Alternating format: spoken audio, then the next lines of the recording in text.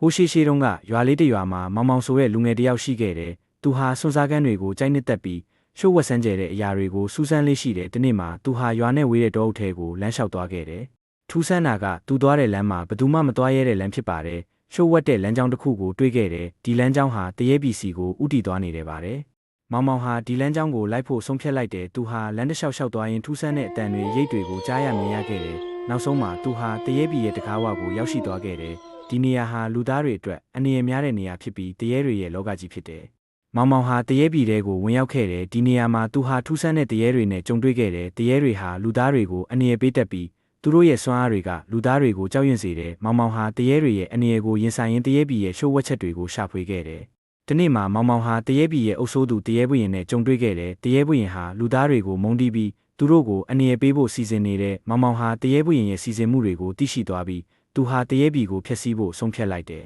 ။မောင်မောင်ဟာတရေပြည်ရဲ့အနေရကိုရင်ဆိုင်ရင်းတရေတွေရဲ့စွမ်းအားတွေကိုသိရှိလာခဲ့တယ်။သူဟာတရေတွေရဲ့အားနည်းချက်တွေကိုရှာဖွေပြီးတရေဘုရင်ကိုတိုက်ခိုက်ခဲ့ပါတယ်။နောက်ဆုံးမှာသူဟာတရေဘုရင်ကိုအနိုင်ယူပြီးတရေပြည်ကိုဖျက်ဆီးနိုင်ခဲ့ပါတော့တယ်။မောင်မောင်ဟာတရေပြည်ကိုဖျက်ဆီးပြီးနောက်လူသားတွေရဲ့လောကကြီးကိုပြန်လာခဲ့တယ်။သူဟာတရေပြည်ရဲ့အနေရကိုရင်ဆိုင်ခဲ့ပြီးလူသားတွေကိုကယ်တင်နိုင်ခဲ့တယ်။ဒီပုံပြင်ဟာတရေပြည်ရဲ့အနေရတွေနဲ့လူသားတွေရဲ့စွမ်းအားတွေကိုဖော်ပြနေပါတယ်။ဒီဗီဒီယိုကိုအကျိုးရှိမယ်လို့ထင်ပါတယ်။